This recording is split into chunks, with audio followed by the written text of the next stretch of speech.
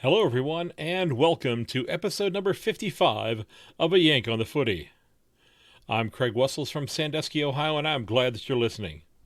A couple of days ago, I posted an episode looking back at the weekend's preliminary finals, and today I'm going to give you my take on the grand final, but I'm also feeling very fortunate to have a couple of guests with me today that are ones who have been previous guests on the podcast, and they're going to come on today and talk about their views on what they see the finals turning out to be, as well as taking a quick sneak peek into the 2021 season.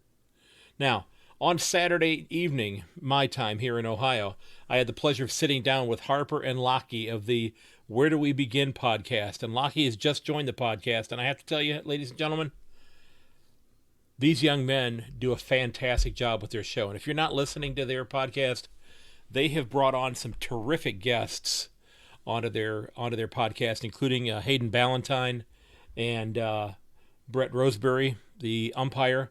They've done a terrific job with the podcast. I'm thrilled to have been able to be just a small part of it. They put together a massive grand final preview in which I was able to play, like I said, a small role alongside Rowan Connolly, Mitch Cleary, Penelope Scaciante, Claire Wardlaw, and Matt Turner.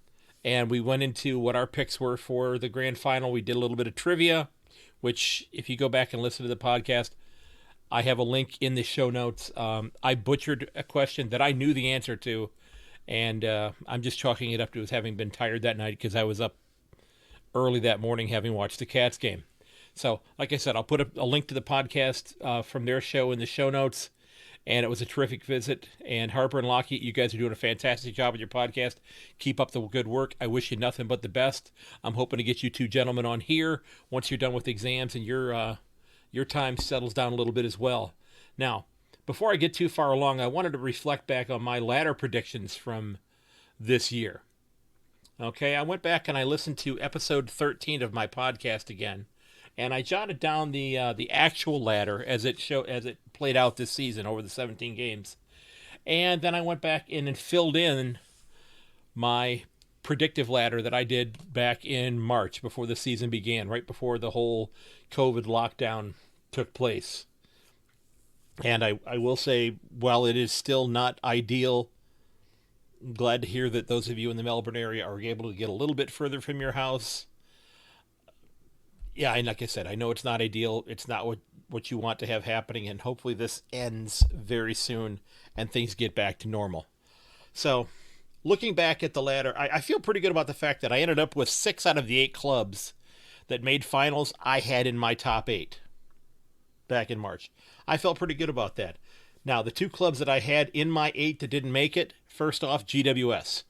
I had them finishing 6th, and I have to be honest with you folks, I would bet that most people that did a preseason ladder had GWS in the top 8. That's a very talent-laden team this year, and they I think, quite frankly, underperformed a great deal. Secondly, I had Hawthorn in the number 7 spot on the ladder. This is a veteran club. They got a recent Brownlow winner returning from a leg injury. It's going to plug him back into the lineup. They got arguably one of the best senior coaches of the competition. Of course, they're going to finish in the top 8. Like I said, I had them in 7th. I certainly did not see the precipitous drop-off that they were going to have this year. And let's be honest, I think that Hawthorn is in for what is likely to be a significant rebuild. Now, the 2 clubs that I had missing the top 8, and I feel a little bit like an idiot about this, is that I had the team that finished number 1. I didn't have in the top 8. In fact, I had Port Adelaide at number 9 on my ladder, so I had them 8 spots off. And the second one, and this was my worst pick, or my worst tip of the year, I had Essendon coming in at 15th on the ladder. So I really got that one wrong. I was off by 9 spots on the ladder, half of the ladder away. So, St. Kilda supporters, and I'm not sure, I think I might have said Essendon a moment ago, but it was St. Kilda that I had at the 15th spot. I'm sorry if I said Essendon earlier.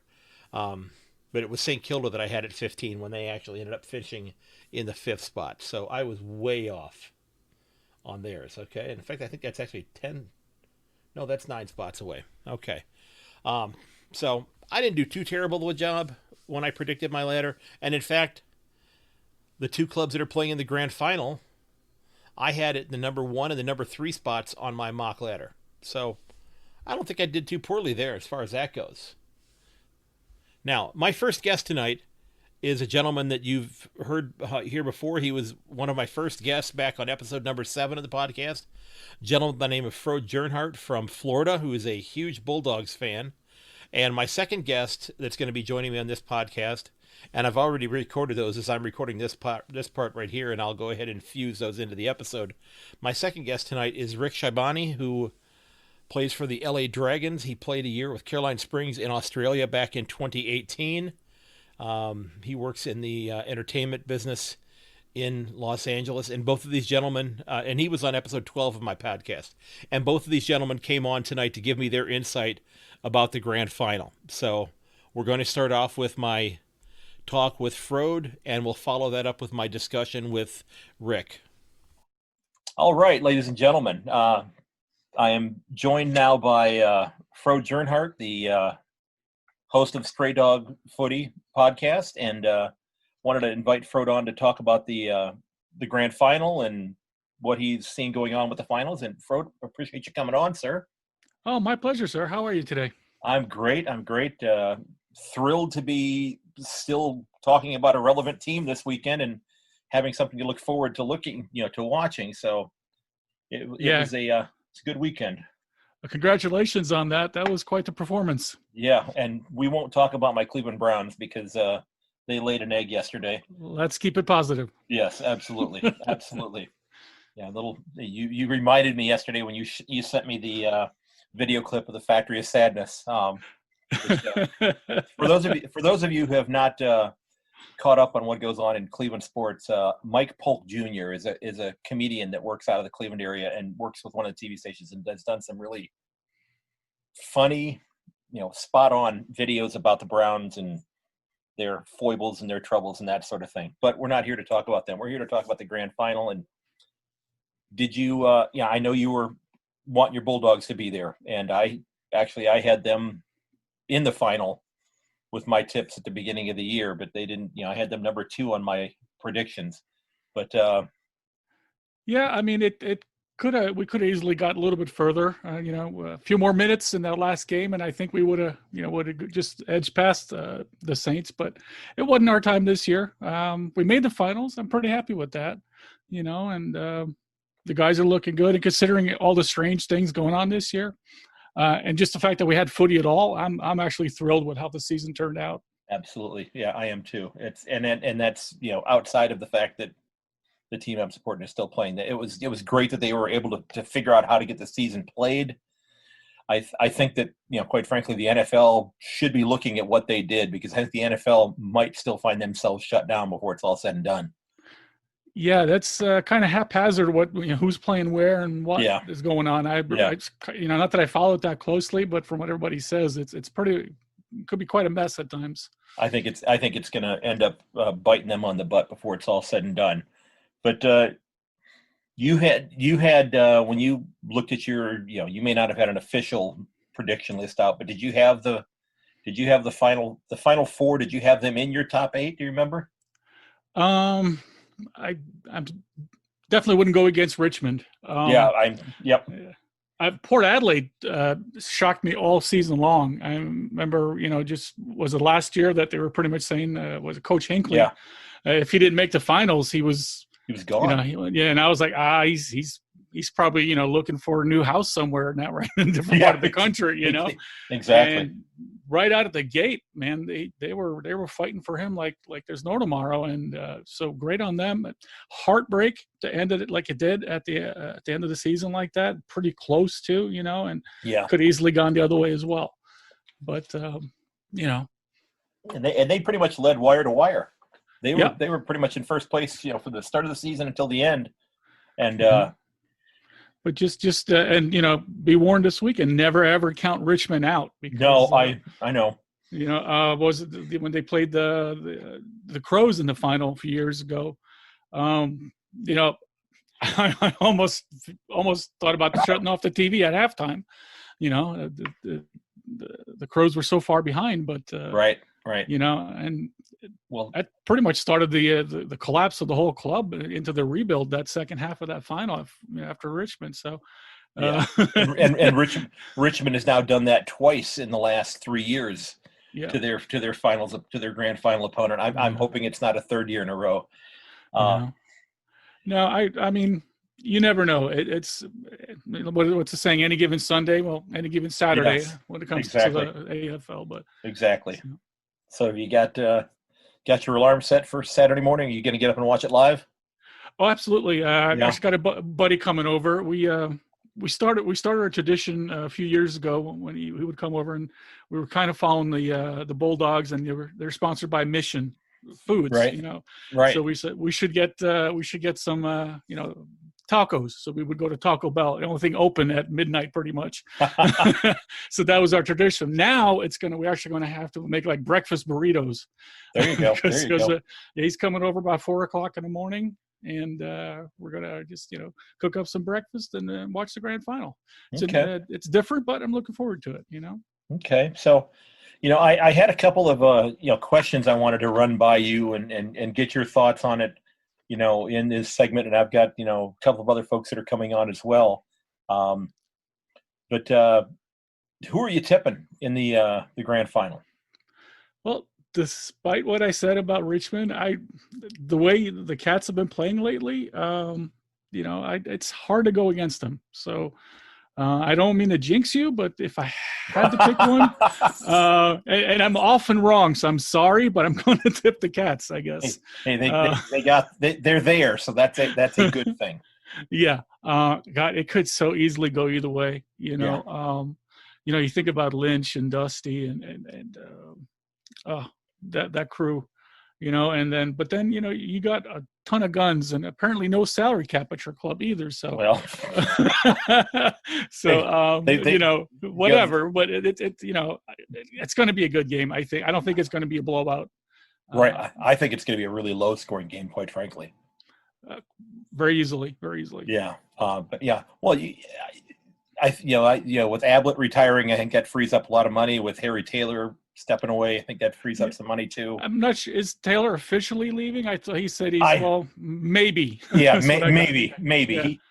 Yeah. He looks uncomfortable when he runs.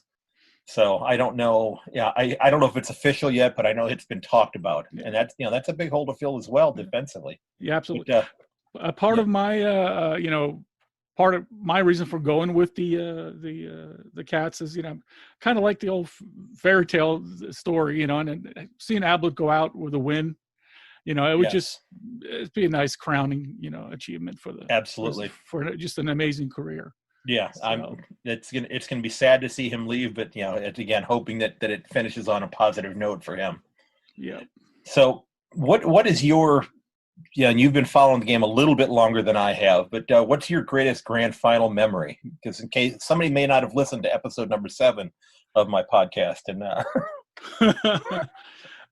if I had to pick one, I mean, it's probably when after the 2016 final, when Bevel called Bob up on the stage and gave him his medal.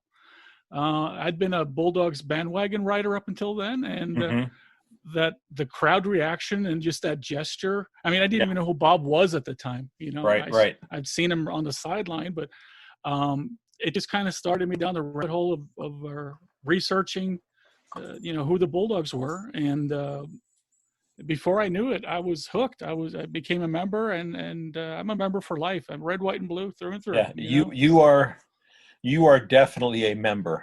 You know, some people might say bordering on need of an intervention.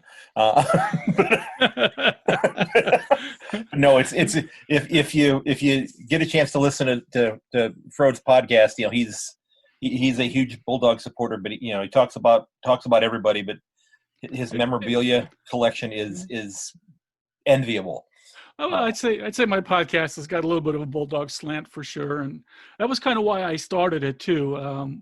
When this whole COVID thing happened, you know, we sat at the bottom rung for that whole time the league was shut down. Yeah. And suddenly Americans are talking about it, and I'm like, wait a minute, you know, we're not getting the representation we deserve here. Right. Somebody's, even my goofy voice has got to say something at this point. So that's kind of why I started it. And I like kind of introducing and educating people a little bit, from the little that I know about the game. If I could help somebody, into their journey, awesome, Absolutely. And if I sell an international membership to the Bulldogs every now and then, that's awesome. That's definitely worth all the work. You didn't warn me how much work it was going to be when you started this podcast thing. It is, it is, but you know what? I found it to be a labor of love. I mean, I enjoy doing it. I enjoy seeing the reaction from people, that the positive stuff, and occasionally I get pretty pointed suggestions in terms of what I could do better, and I truly appreciate that. That's been a great part of it. I was a Port Adelaide fan who has been sending me and I mentioned his name in a previous episode, that has sent me countless articles and lengthy letters, ones that I have not had a chance to do justice to in terms of my response to him.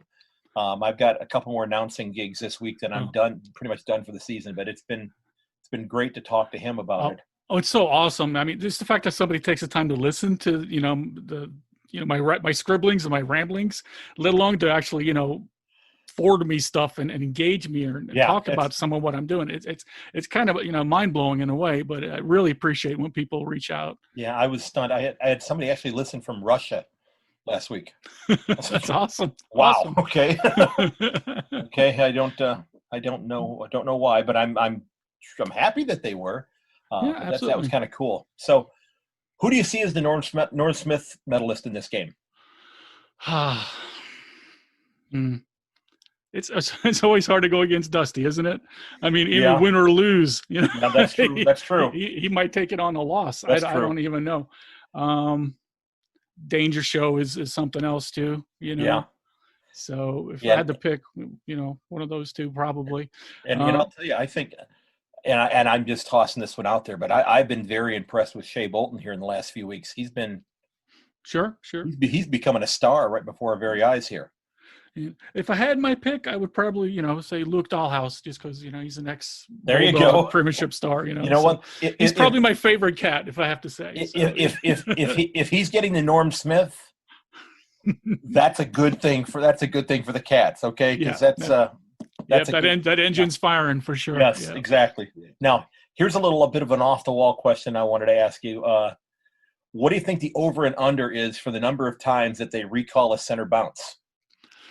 Gosh. Keep in mind, Razor Ray will not be there. Yeah. If I had, I don't really know. I mean, I'm not even sure who the umpires yet. Have they selected them yet? I don't know. I thought of that question. I thought, you know what? It's happened so many times recently. Yeah. If it was up to me, and again, I've only been watching this game for 5 years, but if it was up to me, I wouldn't have the recall at all, no matter how bad the bounce is. Okay. Yeah, I mean, and this is just my opinion, but the reason they bounce it is you want it to be unpredictable. Yeah. That's probably why they started bouncing in the first place. If you just have a ball up every time, it's the same thing. That crazy bounce kind of gets exciting. So if it was up to me, that's what I would do. But I saw a clip on YouTube or Facebook today or something like that this morning before the school day started, that somebody posted a little bit of a video clip from 1931 from a game. And it showed the umpire bouncing the ball, but it was not like the bounce that we have now where they step in and they bounce it two-handed. It was where he had the ball in his hand, in like his left hand, and he kind of pulled his left hand out from underneath it and then slammed his right hand down on the ball. Interesting. To cause the bounce. It was unique. It looked effective, but it was unique. Well, the original rules actually, they had kickoffs. Right. So, and so, but they've been bouncing the ball since, right around since Ned Kelly got hanged. So it's an old tradition, and I would hate to see it go away. It's so unique and exciting. So. Yep. So, are you predicting any lineup changes for either squad, do you think? Why mess with it? If it's not broken, why mess with it? That's true. That's true.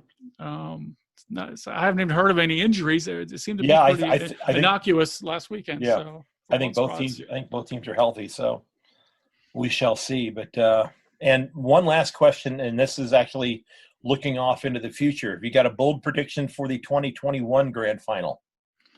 The Bulldogs absolutely going to win it all. For okay, sure. There you go. Yeah.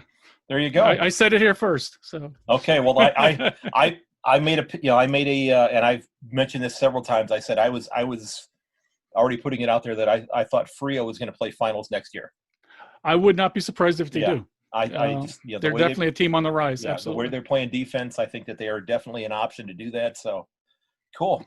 Yeah. Well, hey, Frode, I appreciate you taking time out of your Monday afternoon to anytime. Anytime. It's been fun. I'm gonna go ahead and snap this off here and reach out to the other couple of people that are coming on. And tell them I said hi. I will definitely do that. I thank you very much. And again, ladies and gentlemen, this is Frode Jurnhart of the Stray Dog Footy podcast. I strongly encourage you to tune into that. You can find it on the Podbean app. You can find it on iTunes. I think you're on Stitcher as well, or not Stitcher, but the Spotify as well. Believe so. Yeah. Okay. Fantastic. So check him out. He's got some great bumper music as well. That's a catchy tune that you play there. So I wish it was original, but I really like it. And it, red, white, black, and blue. So it kind of fits what I'm doing. It definitely fits with what you're doing. So, hey, I appreciate it very much for you coming on. Okay. And enjoy the game on Saturday morning. You too. Keep in touch. Save me a breakfast taco. Okay. I'll be down. Absolutely. Come on over. Yepper. Thanks a bunch. We'll see you. You bet. Bye-bye. Again, a big thank you to Frode Jurnhart for taking time out of his day to come on and talk some footy. If you haven't had a chance to listen to his podcast, I would strongly encourage you to take a listen to Stray Dog Footy, especially if you're a Bulldogs fan, because he has a little bit of a Bulldog slant to it, but he does cover other clubs in the competition, digs into other things. But he is a red, white, and blue Bulldog fan, by all means, or a blue, white, and red, as the case may be. So you can find that where you find your favorite podcast. It's on Apple Podcasts. It's on Spotify. It is on the Podbean app, and as well as many other ones. So, and as Frode suggested, we are going to have to someday sit down and have a cats and dogs episode of some sort. So I'm looking forward to doing that. Ladies and gentlemen, my first guest is a player for the Los Angeles Dragons. He also played for a year in Australia. I had him on a previous episode of my podcast, back on episode number 12, which was right before the season started. And it's purely a coincidence that the season got shut down shortly after that. There's no correlation between those two things. And this is Rick Shaibani, who is also involved in television and filmmaking. He directed an episode of a very funny series called What Brings You In, which you can find on Amazon Prime. And Rick, great to have you back on here and talk to you live again. We've traded a lot of messages online over the last several months, but it's great to see you face to face, even though my camera's not working.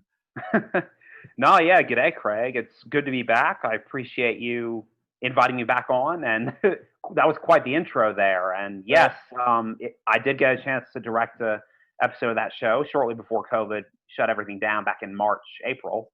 But yeah, no, it's good to be back on the podcast. And obviously I've been tuning in to, God, how many episodes has it been now? 35? This will be number 55. Oh, wow. Geez. Yeah. This is, I've been cranking them out. Yes. It's gonna, I have a goal of, I'm little over 8,500 downloads so far. I have a goal of getting to 10,000 before I hit my 1 year anniversary at the end of December. I'm hoping it happens. We shall see. See. But yes, definitely. Go ahead. Yeah, no, it's good to kind of get a bunch of opinions for what we're about to talk about. We've got the grand final coming up, obviously, Richmond Geelong. Not what I was anticipating, quite frankly. I thought Brizzy and Port Adelaide were just borderline unstoppable. And I actually saw, I believe it's the first time ever that a number 3 seed and a number 4 seed have played in the grand final together. And obviously Richmond and Geelong isn't exactly, an upset. They definitely looked the part all year. And of course, Richmond's track record the last 3 or 4 years is, speaks for itself. But they're a dynamite squad. Yeah, it's definitely. And I think it's going to be a hell of a game, and definitely a strange grand final. I mean, you can't really say much more than already has been said. Not at the MCG, not at full capacity. It's a strange world. We're all living in it right now, but I think it's going to be an incredible spectacle, even if the hardline footy traditionalists in Victoria might not agree. But I think it's going to be a great show. And again, Geelong Richmond, that's going to be an incredibly fierce contest. I think everyone's going to get their money's worth. Put it that way. Even though they weren't allowed to buy a ticket. Exactly. It is. I went ahead and I pulled up my my predictions at the beginning of the year, and I ended up actually having 6 of the 8 teams that were in the top 8. I got 6 of them in there. I was wrong on GWS and Hawthorn. Boy was I wrong on Hawthorn. Really wrong on them this year. But yeah, it's been a very strange postseason indeed. It's just the fact that footy's being played in October is strange enough. Right. And I think it's just going to be an amazing spectacle. Like you've never seen footy at this level on this stage in Queensland ever.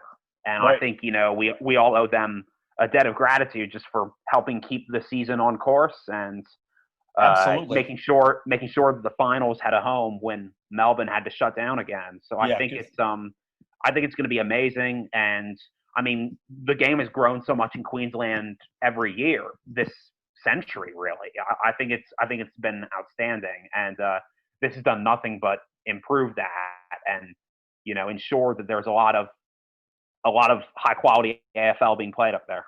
Yeah, I think this is going to be the fact that they've had to play so many games at the Gabba or at Metricon is only going to strengthen the game in Queensland, because it is from everything that I have read, it's a rugby stronghold, and this has been a way for them to actually kind of find their way in and to maybe get a bit of a toehold there and get more youth playing footy rather than rugby. So absolutely, yeah, it's been a rugby league town for decades.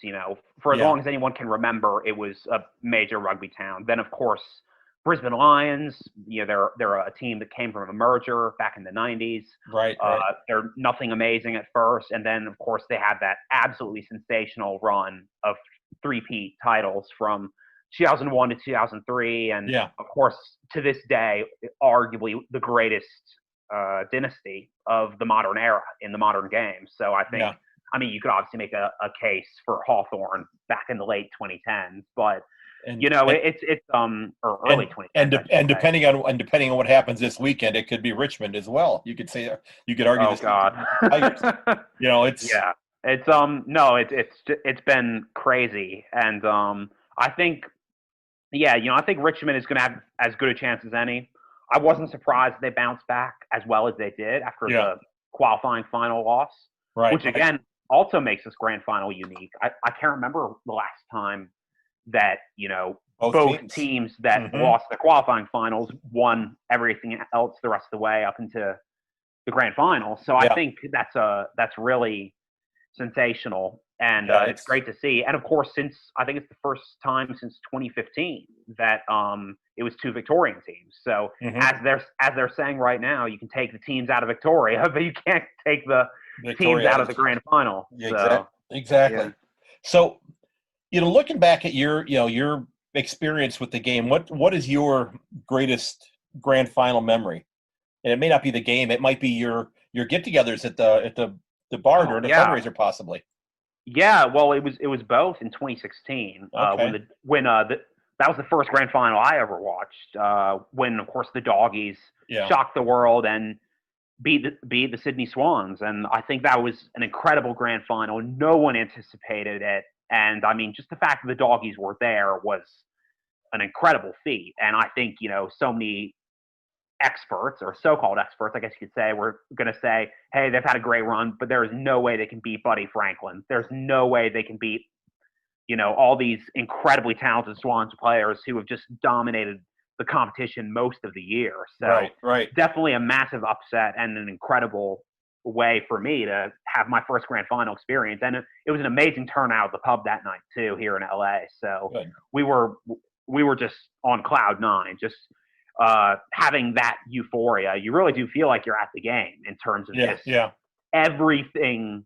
It's not like where in gridiron, in American football, you can when the teams are punting, you can grab a beer from the fridge. Everyone is glued to the screen. Exactly. Everyone knows that, everyone's going to scream if there's a bad call. Everyone's going to be on their feet, chugging their beer when there are goals scored. So it's just an incredible atmosphere, just like a pub in Australia. So I think that's something we're definitely going to miss this year, like I said. But I think it's memories that we definitely hold dear. Put it that way. Okay, so who do you think is going to win this year? Who are you tipping this week?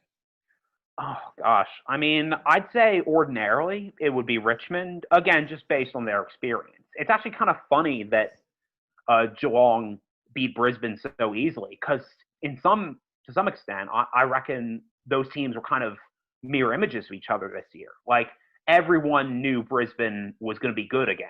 Like, they shocked everyone by getting back to the finals last year and got to a prelim. They lost. This year was the same result. But,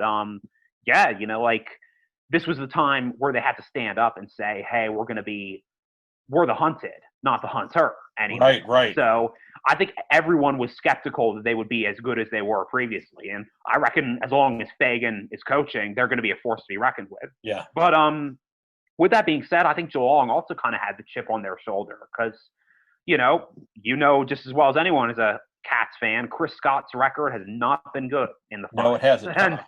Yes. And I think everyone was really hoping that, they would get the monkey off their back and kind of stop being the bridesmaid, you could say. So I think both of those teams had, every reason to win, and it was an incredible first half last week when they beat the Lions in the prelim, but second half they just put their foot on the gas, and Gary Ablett started doing Gary Ablett type things. So yes, I know you want to talk about that. No, and it's just going to be great to watch him one more time. But knowing that it's one more time is again, I've only been watching the game for 4 years, but it'd be sad to see him step away from the game. But I completely understand it. I get it. I'm quite frankly, I'm surprised that he's back. Yeah. With everything that's been going on, so I'm thrilled that he's back. But I certainly understand why he left, and the fact that he did. Being a parent, I get it. Yeah. Oh, definitely. And I think, there's no question that he's a Hall of Famer. There's no question he's going to be an AFL legend. Yes. Like, I think it's both, literally and in the Hall of Legends and also just in general. Like, I mean, I think it's just a testament to his character that he was able to make that really tough decision to go back to Victoria, spend time with his family, and then come back halfway through the season. Almost a bit reminiscent of when his dad suddenly retired in '93, I think it was, and then came back halfway through the year unexpectedly. So I think there's definitely some shades of that. Okay. And of course, everyone's going to compare the two, but either way, they're just incredibly talented footballers and some of the best we've ever seen. So I reckon that'll give Geelong the edge going in against Richmond, just because, I mean, he hasn't even announced it publicly, but everyone knows this is going to be Gaff's last go. Yeah. And I think shout out to Jackson Clark on Facebook of the NT Football with Jackson Clark radio show. I know he's been on the show here as well. He posted something just the other day saying Ablett is one of the all-time greats no matter what happens this week. And he's one of the classiest blokes in the game, and obviously one of the best players in the modern era, period. So I think and that's one of the neat things, and this goes back to even, early on when I just noticing how the players interacted with the fans in the stands when it was allowed to happen, that it was unlike anything that went on in the United States. You'd see kids, getting baseball signed and that sort of thing at baseball games, but the NFL, that sort of thing doesn't happen. Rarely happens anyway. Oh yeah, a lot of that has to do with just like the grassroots roots, I guess you could say, of the game. Like, I mean, there's no AFL without local footy. There's no Sandfield without local footy. There's no VFL or QAFL. Every competition owes itself to the suburban leagues, the country leagues, all these different teams, all these different competitions all across Australia. Because, you know, like when you're kicking a goal at Caroline Springs or any other club in the area, you know, everyone's parked around the oval, honking their horns, grabbing some beers and dim sims and meat pies at the stand. You know, like it's a really authentic family atmosphere. Yeah. Like everyone, it's just a way for the community to get around it. It's religious in that aspect, you know. So you're always going to run into people, you know, at the local games, and it's always going to be an incredible contest just because you know, your kids are playing or your nephew's playing, or it's such a great atmosphere, and that really carries over to the AFL. I know a lot of people would, you know, make the claim that AFL players are just more down to earth. They don't get paid as much as basketballers or American football players, and I think a lot of the reason for that is just because this is a game that came out of pretty humble beginnings back in the day, and it's such a point of pride. It's such a distinctly Australian thing in every aspect. So I think it's just an extension of that. You know, the atmosphere in an AFL game is raucous and crazy, and you know, it's there's a bit more drunken unpleasantness, I'll admit, than there is at depending on how the game's going, of course, and depending on where you're seating. But it's just that type of atmosphere. Like the players don't feel like they're an arm's length away. If anything, it's the opposite. And you know, I've still got friends back in Australia who are going to post, on this day in 2017, I took a selfie with Marcus Bonampelli. You know, like, yes, exactly. That's the kind of thing that I'd thought is that you don't see, you know, the NBA players and the NFL players, they're not out in quote unquote public. You're not running in the same orbit with them, you know. But you know, the footy players seem to be in the neighborhoods and in the communities and that sort of thing, and it just looks like it's a whole completely different situation. Oh, most definitely, yeah. And it's unique from that respect. It really is. But going back to the game itself, like, it's going to be very, very close. I don't think I'm out of line to say we could be looking at a potential all-time classic, regardless of who wins. Right.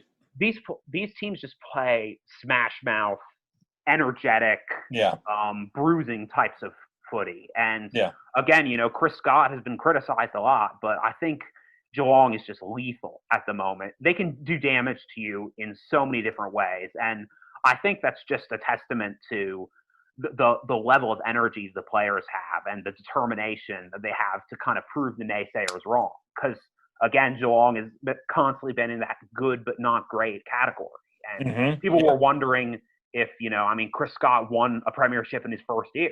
They were wondering if he was really responsible for the success, or was he just inheriting an incredibly talented list from his predecessor. So I reckon it's going to be a really good litmus test just for what his legacy is going to end up being. Like, is another loss the end of the road? No, of course it's not. He'll be back next year, but like, how is this going to affect their psyche being so close every year? Yeah, that's true. So who do you see taking the Norm Smith?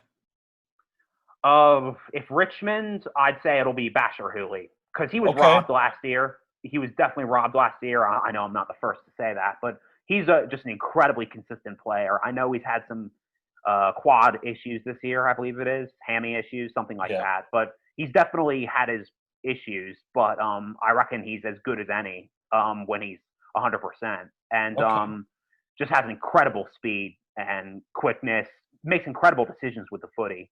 And if Geelong wins, I since Norm Smith normally go to defenders, I think maybe Tui or Harry Taylor or somebody like that, you know. And again, of course, Taylor, he's 35 years of age, I believe. He's or maybe 33, I can't remember, but he's definitely considering pulling the plug on his career. Away too, Yeah, so I think, again, that's motivation enough for Geelong to go out on top. But either way, it'd be great to see someone like Tui get the Norm Smith. He'd be the first Irishman to do that. Mm-hmm. So that'd be very cool. Speaking of which, I was really happy to see.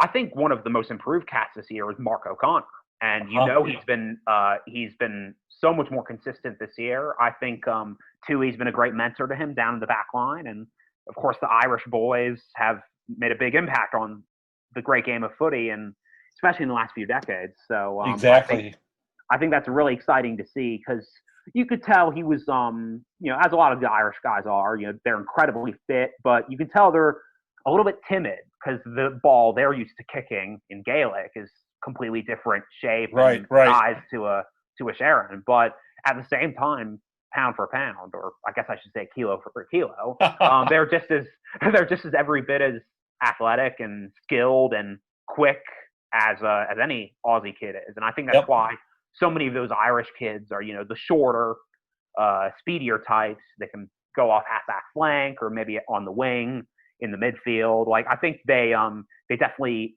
can use that pace to their advantage. And it's definitely something that's kind of shaped Geelong's game plan. Like, they're very, very dangerous when Tui can take an intercept mark or, College Asney can do something special. Like, I think there's definitely, in terms of skill in the back line, that's something that's really improved, I think, this year with Geelong's game. Yeah. So I have two more questions I wanted to ask you. One of them is a little off the wall here. Mm-hmm. Over under on the number of center bounces that get recalled. I don't even want to take a stab at that one, to be honest. But hey, I'm pretty sure everyone. Razor Ray will be in the stands watching. Exactly. I'm pretty sure everyone in Australia is happy that Razor Ray's not going to be umpiring the grand final. Yeah. But no, he's someone, as you might expect, takes the criticism in stride. Definitely doesn't lose too much sleep over it. But exactly. I reckon the whole country is happy that he won't be involved. And by the same token, I think a lot of people would want to replace BT in the commentary box these days too. Yes, yes. Roman Bryan just go roam like through the outback or something. Yeah, something like that. Yeah. Here's something interesting that I found on Wikipedia. It's worth mentioning that the capacity for the grand final is going to be 30,000 at the Gabba. Now, obviously, that's child's play compared to 100,000 at the MCG. Right. But it's worth mentioning that the actual capacity of the Gabba is 42,000 and 37,478 for AFL matches. Okay. So it's about 80. They're going to be at about 75-80% capacity then. Oh yeah, I reckon just about, and that's going to be incredible. Big tourism boost, and again, just a big asset to growing the game in Queensland. Because, like I said, there's been a lot of positive growth, and particularly in rural Queensland within the last decade or so, with AFL making inroads in what's again a rugby state. So I think, and of course, it directly correlates to how well the Lions are doing. Like that's not immune. They're not immune to that because, it's the rugby states like New South Wales, Queensland. They're to some extent they're the fair weather fans, or when it comes to AFL, because it just doesn't have that strong grassroots support that league does. And so it's a tough strategy, but at the same time, again, when both teams are clicking, or all four teams are clicking, I should say, that it really helps improve not just membership numbers, but just participation numbers in Queensland, because it is still the fastest growing sport in the state. Right. And I think that's really great to see because, you so often don't see that in that part of the country. Right. Okay. The last question, we're actually looking into the future here. Okay. So the last question I have for you, your bold prediction for the 2021 grand final. Oh, geez. I have to say, I think Port Adelaide might get back there. Okay. I definitely saw something. I definitely saw something different in them this year, and I reckon no one anticipated anticipated them being first on the ladder every round of the season. How often does that happen anymore? Well, like that's really, really hard to do, even in a regular 22, 23 round season. Like that's really, really difficult. So I tipped them ninth. That was the I was off by, I had St. Kilda at 15th. Wow. Well, you were off on both of them, I reckon. Those were the two that I missed in the top 8. Yeah. Yeah. Quite frankly, just in general, next year, I've already, gotten a few predictions to, regardless of what happens this weekend. But I think, again, Brisbane has staying power, Port has staying power, Richmond does, obviously, West Coast does, although maybe their premiership window is closing a bit. My Giants, I definitely say the premiership window is closing a bit, although there's still, plenty of talent to return to the finals. Melbourne, God only knows about Melbourne. Like, such a Jekyll and Hyde team. Right.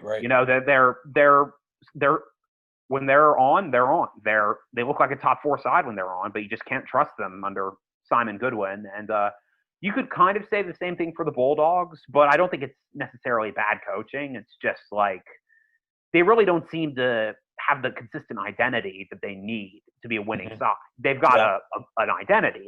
Is it just a winning identity? I think that's the biggest question they need to ask themselves. And as good as they've been in recent years and making finals, even when nobody expected them to the last couple of years, they've still had so many bad games. Like this past year, they lost like 6 games by 30 plus. You can't do that if you want to be in the finals. And I reckon the Doggies, they're always competitive. They've always got a shot, but it's just a question if they can consistently have good injury luck and good timing, really. And Hawthorn's definitely got to be in it for the long-term rebuild. Yes, they might get out of the bottom 4 if they're lucky, but I honestly don't know. Even before all the drama at Essendon, with Danaher walking out, Saad walking out, McKenna walking out, I still had Essendon as a bottom 4 side. They just can't get it right as of right now, and definitely some really rough times up there. I had them at 14. I picked them at 14, and they ended up at 13. So I was pretty close with them. The Suns are going to go up again. I think Freo. If my money is on anyone to kind of make the jump that St. Kilda made this year, where the expectations are so low, but they just go really hot out of the gate and they just keep winning against all odds. I think Freo, just based on how they developed their young players this year, I think Freo is very much so in a really good position to. Yeah, I've said that on a couple of episodes already. That I think they're playing finals next year. Oh God! Imagine if they had kept Lachie Neale. Imagine where they would be right now. Yes. Yeah, incredible to think about. But no, Freo can definitely jump up. Gold Coast can definitely jump up. Carlton, I have a feeling they'll stagnate. Like again, they've clearly got better chemistry. They've re-signed a lot of their kids. They've got once in a generation talents like Paddy Cripps. I think they've definitely got the ingredients to maybe sneak into the 8, but as usual, the proof is in the pudding. And they choked so frequently in 2020. And again, I know they're a young team. They haven't gotten it all together yet. That'll come in time. But still, it's going to be really tough for them to put it this way. No one ahead of them is getting any weaker, quite frankly. No one. So they're going to be really hard pressed to get back to the finals. Again, I don't really have, an actual ladder for next year. I'm just kind of making basic that's predictions. I was just saying, who do you think? Yeah. I wasn't looking for the whole ladder. I was just looking to see. I think it's fine. You did a great job of detailing that there, and I took very copious notes because I'm just going to use yours for mine for next year. Well, I mean, that was kind of something that I've been wanting to do on the podcast for a while. Kind of do a little recap and look forward in terms of just who's really going to move up, move down, move sideways, whatever the case may be. And I think, I think there's a lot of there's going to be a lot of interesting things happening in the off season. Still a lot of free agents that are still on the move. Obviously, the most recent one was Jeremy Cameron. He wants to go to Geelong. We'll see if they have the cap space. Obviously, if Ablett retires, that's going to and Taylor, that'll free up quite a bit. But I don't know how he would fit in to like their structures with, I mean, and it's not just like, him butting heads either figuratively or literally with Tomahawk, but Right. I think I don't really know how he would fit just in like the structures of what they like to do, because they are not short of of tall players, and I think their forward line is already so lethal that I'm not really sure if Cameron would be a great fit there. But we'll see what happens with him. Because part of me thinks that they're playing in the grand final, and they have 3 first-round picks in this next draft. I mean, that's true. That is, it's an opportunity for them to rebuild that lower end of their list and infuse some young talent, because they're relying on a 32-year-old Tom Hawkins and a 30-plus-year-old Patty Dangerfield, and and those years are going to catch up to them pretty quickly. Speaking of which, I do want to see if Buddy Franklin's going to be 100% now that he's getting up there. It's no secret that they kind of tanked the Swans this year, because like obviously they could have brought him back a little halfway through mid-season, but didn't want to risk it, and by then they were basically eliminated from the finals anyway.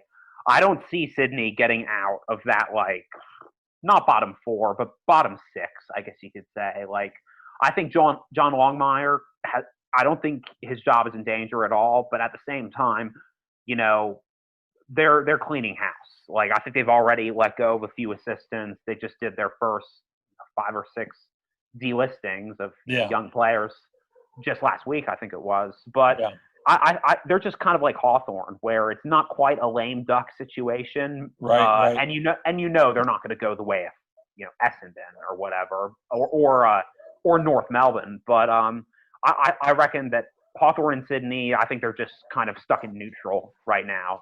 They'll occasionally score a big upset. They might be super competitive against, Richmond or Port Adelaide or whoever. But I just don't see the consistent winning from either of those sides, and definitely don't see it from North Melbourne or Adelaide. But, with that being said, the Crows actually kind of sort of showed some signs of life at the end of the year. They did, absolutely. Yep. Definitely. And, first wooden spoon ever. They're not going to live that down. But, no, they're not. But I reckon they've got some pieces. Not a lot, but some. A good nucleus to kind of build around. And if they draft well and get a couple free agents in exchange for Brad Crouch, maybe they can jump up to, 5 or 6 wins next season. But, nothing drastic. Yeah. And of course, Gold Coast is, probably one of the greatest 5-win teams, if that's even a possibility, in recent memory, because they were so close so frequently. And everyone's going to talk about, they didn't even leave home half the year, but obviously in any other year that would apply to Collingwood or Carlton or any team or Richmond. Of course. Exactly. Yeah. So the Suns are clearly in a good spot, and with a healthy Matty Rowell and a healthy Isaac Rain team, that alone makes them very, very dangerous. And I think, if nothing else, fun to watch.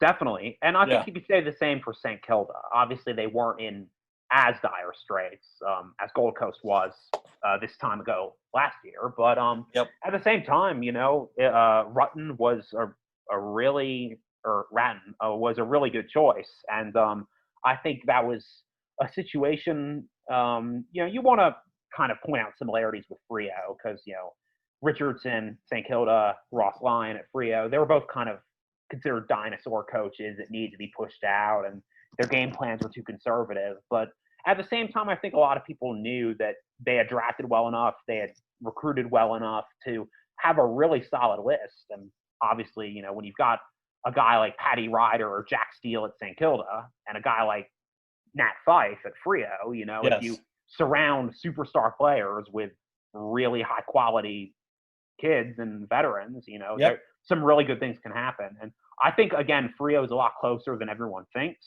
But I think so too. But I'm not so sure about St. Kilda. Again, they're kind of like Carlton, where the internal expectations will always be low. Their fans will always be loyal. They'll always be patient. But you do wonder if, again, lightning can strike twice there. Because, again, Carlton has some phenomenal young talent, no doubt there. Yep. St. Kilda, really did amazingly well in free agency this last year. Your Dan Butlers, I know Brad Hill didn't have an amazing season, but he had his moments. You had Hannabury coming over from Sydney. Like they played their cards close to the chest in terms of finding new pieces to build around, and pieces that weren't really superstars in their previous clubs. You had Dan Butler, who he was a great role player at Richmond, but he wasn't a superstar. But now he can go into an outfit, go into a side like St. Kilda and really tear up the competition. Absolutely. Cool. Well, I'll tell you, I think we've covered everything. Yeah, no, it was good to kind of go off on some tangents there. Just again, I'm glad we can talk about footy because it's, NFL season's kicking into high gear, but it's just great to still be able to have some footy happening. And of course, we've got the season's just starting up in Darwin, so there's definitely going to be some NTFL action coming people's ways. Cool. I think it's round 3 already. So I'm looking forward to finding some of that stuff online to watch. Oh yeah, definitely worth subscribing to that. Cool. To the channel on YouTube. But no, I think there's a lot of really interesting stuff happening. Of course. But yeah, I think there's heading into the preseason, it's going to be interesting. Hopefully Victoria, is able to let Victorian clubs train there later on in the southern summer, of course. But 2021 is going to be interesting. Oh, I think absolutely, yeah. It's who knows if they'll actually be playing back in Victoria next year. Oh, we can only hope so. And what were your thoughts on the Brownlow? I'm not surprised. I thought that that Lachie Neale had a fantastic year. And it was well deserved. I'm still learning the nuances in terms of how it's awarded, but I think it's through scoring that comes from the umpires, if I'm not mistaken, is it not? Yeah, best and fairest as voted on by the umpires, and of course the AFL the MVP award would be awarded by the Players Association, the Lee Matthews Trophy.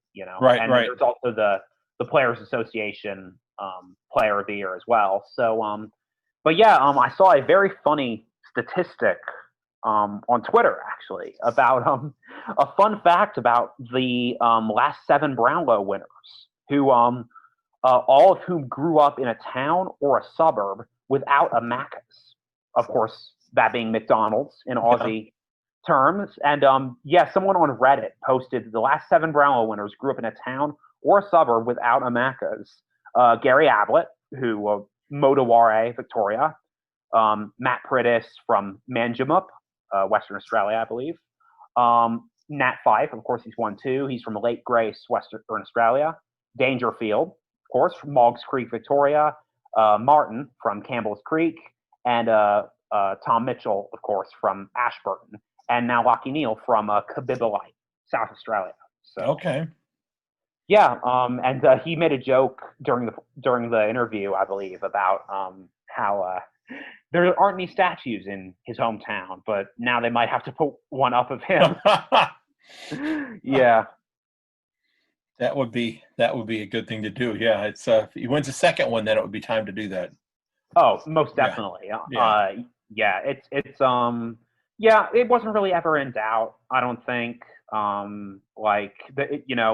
The contenders that finished behind Neale, you had Jack McRae, obviously Dusty, a bunch of other, the usual suspects. Jack Steele, again, I thought he was the dark horse, from St. Kilda all year, but I don't think Neale, again, I don't think it was ever in doubt. Yeah, they had a fantastic season. And I'd have to go back and research because I don't know the answer to this, as to whether or not a Brownlow winner came from a team that finished outside of the 8. I'd be kind of surprised if that was the case, because you've probably got players that are that are dominant players that are playing on dominant teams that are making the right. Well, obviously, Ablett would be one of the more recent choices because, of course, winning it with Gold Coast. Oh, that's true. Yes. Okay. Yeah. When, of course, they were still pretty terrible. So, yeah. I'm not sure who else would have been the most recent one to play in a losing side, but he was definitely one of them. And again, that's because he is who he is. So yeah.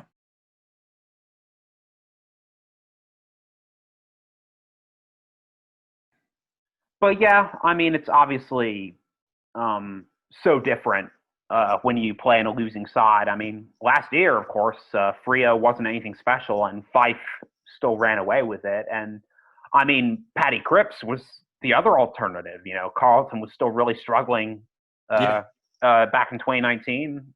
How many games did they win? 5, 6? I think it was 6. But it was everyone thought he was a shoe-in, and then I think Fife kind of surprised some people with winning it. But I think that it's good because, like, at the end of the day, stats matter for the Brownlow. You know, not being suspended matters for the Brownlow. There's nothing in there that says you have to be in a winning side, and of course, since it's mostly it's usually given to a midfielder anyway. It makes sense that a team like Carlton or Freo, where that's their strength, that they would have a contender. Yeah, that's true. That's true. Okay. I definitely took notice this past weekend. I can't believe we haven't talked about it already. You might need to eat some crow there, Craig, because you were talking about how bad Dangerfield's goal kicking was for the longest time, and he's definitely getting back to his better form these days. Well, okay, I'm. That's because they're playing him forward now. They moved him out of the midfield. You go. There's my excuse for it. No, I mean, he's that's the thing. Like, I think it's going to be, everyone's going to be talking about him and Dusty this coming week, but they're kind of playing him in a similar role to Dusty.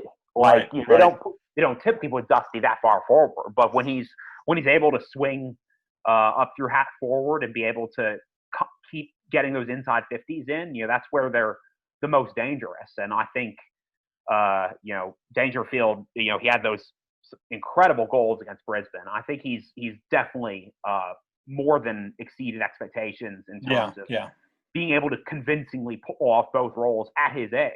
I think that's really, really huge, and I think it's as good a reason as any why Geelong have really hit their stride in the latter half of the season. And it helps that some of the young kids that they've been playing in the midfield have kind of grown into those positions as well. Yeah, that you've got. Brandon Parfit has had a very good year this year. Most definitely, and and he's not alone. I was actually surprised that Cam Guthrie got as many Brownlow votes as he did. I mean, he's been outstanding, but I would never have thought he'd be top 10. So him ahead of Bontempelli, like, that was definitely surprising. But he's had a phenomenal year, and again, I know we spoke about this previously, or maybe it was in another one of your podcasts, I can't remember, but they had that Tim Kelly-sized void, and they were inevitably going to take, a few weeks to kind of figure out exactly how they can improvise and replace some of that production that he had. But again, I think all the young kids and all the veterans equally have really stepped up when they've had to and gotten those extra disposals or those extra marks when it's crunch time. So, exactly. Yeah, I've definitely, and I think Richmond is going to be in a tight spot because I mean, you've got Martin and Cochin, but you've also got an equally good duo. Dangerfield, Selwood, all those guys. I think again, pound for pound, they can match up against anyone, and I wouldn't be surprised at all. As they say, the game's won or lost in the guts. So I think that's going to be the biggest matchup to watch. Everyone's going to focus on, Tom Lynch versus Tom Hawkins. Who's going to kick more? Who's going to tag Dusty? Is he going to be tagged? All these different questions that are going to be arising this week. But again, I think it's going to be a very, very close game. I'm still tipping Geelong, but I would honestly prefer Geelong to win myself. But I think it's going to be really, really close, and I'm definitely going to be very keen to see what happens. And I think it's going to be a pretty low-scoring game too. I don't think it gets out of the 60s. I mean, most games haven't. I mean, yeah, you can always chalk that up to the shorter quarters this season. Well, that's true too. Yeah. Yeah, like that's been the main reason why the Coleman count was so low. I mean, yeah, it's been below 100 for years, but Tomahawk didn't kick anywhere close to 80 or 90 or 100. Right. So right. I think, but yeah, the shortened quarters are definitely affecting that. They're affecting a lot of things, quite frankly. But yeah, and I think neither team's super banged up. Again, Hooley's healthy for the Tigers, so is Jack Revolt, so is Dylan Grimes. I think there's definitely going to be. I think they're definitely as fit as they've been all season. I think as a team, they're really fit as well. Geelong is in pretty good standing there as well. Obviously, you wonder how they're going to work in some of the youngsters, like if they're definitely going to rest some of their stars, or just rely on the young kids to get it done in certain instances, because they're definitely going to try to throw curveballs when it comes to strategy and making sure everyone's on their toes, because that's where the game's won or lost. So how are you going to adjust to what the other team does? Yeah. And again, like everyone, that's why everyone's going to be talking about tagging. Like, are they going to tag Dangerfield? Are they going to tag Dusty? Like, I think both Dimo and Chris Scott are pretty good at keeping a poker face about stuff like that. So it's really going to be fun to see like who's going to win out in that, because it's a chess match with those guys. Right, exactly. And I mentioned in the podcast I did on Saturday afternoon, where Chris Scott comes out at halftime during his halftime interview. It is supremely confident about how they're dominating the game out there, and I love hearing it. But I'm sitting here thinking, you're only up about 8 points. I said I would love you to be dominating by double digits here, but he knows he knows more about the game than I would know in 10 lifetimes. So it's of course, I definitely defer to him on that. But I was like, I hope that what you're saying is what you're actually seeing, because it looks pretty darn close right now. So yeah, definitely. But it worked out. So he was correct, and that was good to see. But yeah. So hey, I'm gonna move on and try to catch Tara here and get this thing put together, because it's 6:40 and I still need to make dinner yet as well, because my wife and her best friend hopped in the car on Friday last week and drove to Colorado to go look at mountains. So there you go. Yeah. So unfortunately, as Tara's posted on Facebook, some of those mountains are on fire. So exactly. Yeah. Not an ideal time of year to go, but I think they've stayed south of where all the fires are right now. Good to hear. They did Pikes Peak yesterday. Nice. Which was something she did as a child that kind of freaked her out, so she wanted to conquer going on Pikes Peak again. Nice. Yep. Yeah. Well, hey, I'll let you go, sir. No, always I a appreciate pleasure. you coming on. I appreciate you coming on. It was great. Like I said, I'm going to work on trying to get this out either tonight or tomorrow morning. I've got to record an intro, and I've definitely got to do a little bit of editing after our interview, because there's a little bit of a gap there. There is. It's all good, but yes. I said, really, really happy to be on the podcast again. Great to chat some footy with some mates, and I think it's going to be a hell of a grand final, and we'll be looking forward to recapping that, and I'm sure it'll be really great. And heading into the off season, there's definitely going to be a lot of unknowns, but we've still got footy, and things are looking up for a lot of those teams. So I think it's going to be a great granny and a great off season. So. And we've still got the Watch AFL app to watch footy all winter as well. So hey, I want to thank Rick Shaibani of the LA Dragons for coming on, and I hope things get rectified as quickly as possible out there for you to get back doing what you love doing. I appreciate it. In both things, the activity plus the other stuff as well. So right. So I appreciate you coming on, Rick. Thank you so very much. Have a great week. Cheers, Craig. Take care. Yep, you bet. I'd like to thank again Rick Shaibani for joining the podcast tonight. Rick, it was great to have you on. It was a little weird because we did this through Zoom, and the camera was not turned on for some reason on my computer, but the camera was turned on yours. So I saw you on the screen, but you couldn't see me. And it was a great talk. I do appreciate you coming back on again, Rick. It's a pleasure to have you on. So before I wrap up tonight, I guess I better give you my tip for the game on Saturday night or Saturday morning at my time. First off, I think we can all agree that this has the potential to be one hell of a matchup. Okay? You got the reigning premiers who have battled back from having lost their opening round game to Brisbane, facing a team who, after arguably their worst kicking performance of the entire season against Port Adelaide, when the Coleman medalists could not find the goal sticks at all, they've come back and defeated Collingwood and Brisbane by a combined 108 points in the finals.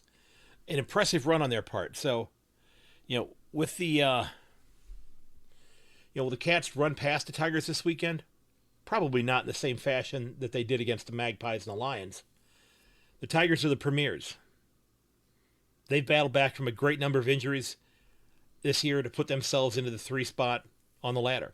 They've had an impressive season. I do think this is going to be a low-scoring battle, however. I doubt that either club scores more than 65 or so points. Maybe a few more than that. Okay? That being said, in my head, I think Richmond might win this contest. But I'm going to go with my heart. This is more than likely Gary Ablett's final game. And I think the Cats make sure that he goes off the grounds victorious. So I've got this game, and as I said, right around 65 points. I've got the Cats taking this one 68-61. I think that Patrick Dangerfield is going to end up winning the Norm Smith. And when I visited with Lockie and with Harper, this was the same point differential and the same Norm Smith medalist winner that I had given to them, and I'm going to just go ahead and keep that. I'm not going to change my mind on that. So, ladies and gentlemen, there's my tip for the grand final. I think the Cats find a way to scratch out a victory over Richmond while cementing Chris Scott's legacy as a finals coach, because it's been questionable for quite some time. And again, this is an opportunity for him to show that he can win a premiership with his players. Okay, a lot of folks would have argued that the one he won in 2011, he won with somebody else's players. So before I wrap up here, Gaz, I know you're probably not listening to this, but if I may, I think I speak for all footy fans, whether they be Cat supporters or not, that we wish you the absolute best in your retirement from your playing days. You, sir, are and will continue to be an absolute star. From everything I have read about you, you are a true gentleman. You are a wonderful parent. And while I've only been watching the game for 4 years, I want to go ahead and thank you for a generation of memories for all of the people who have watched you for the last 19 years. And they're going to be able to continue watching you online and in videos and things of that nature. Your legacy in the hoops is cemented in the record books. And sir, we wish you the absolute best as you go forth with what your future plans may hold. Now, ladies and gentlemen, don't forget, if you'd like to sign up on the mailing list so that you can get each new episode delivered to you first before anybody else, there's a link to a short form in the show notes.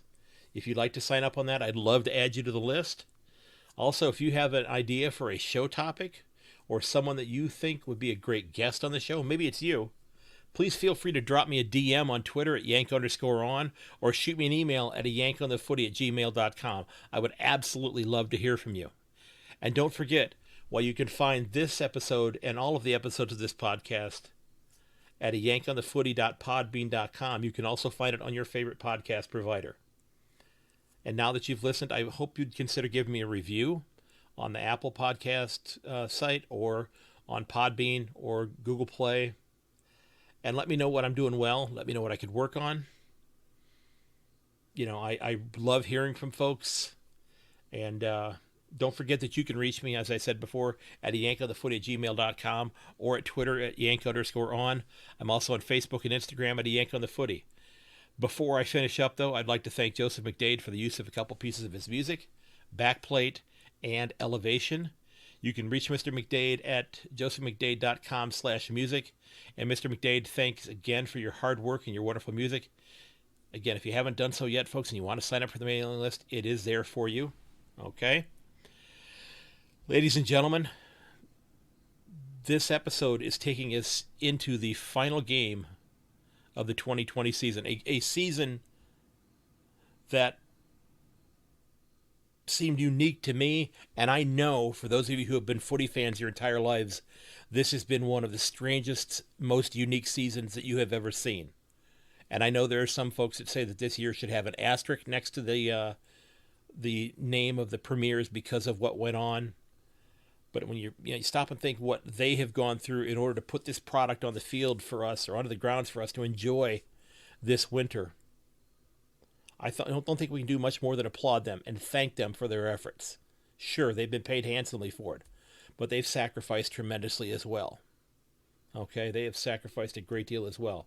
Now, again, ladies and gentlemen, I want to thank you for listening. And while we're fans of our own clubs, deep down we're fans of a game that we all love, and that's the game of footy. And for those of you who are starting to watch the games here in the U.S. or in Canada, don't forget that Australian rules football. It's why they invented the DVR. And if you listen to this before Saturday morning, this game is going to be aired on FS1. It's also going to be on, I believe, TSN in Canada, beginning at 4:30 in the morning. So set your DVR. So if you don't want to get up and be up to watch the game like some of us who've been watching for quite some time, it'll be there when you get out of bed in the morning. Just stay away from social media because somebody's going to be very happy and somebody's going to be very sad. Again, ladies and gentlemen, thank you so very much. I ask that you please consider sharing the podcast with your friends and family, and may your dribble kick never hit the post. I'll catch you later.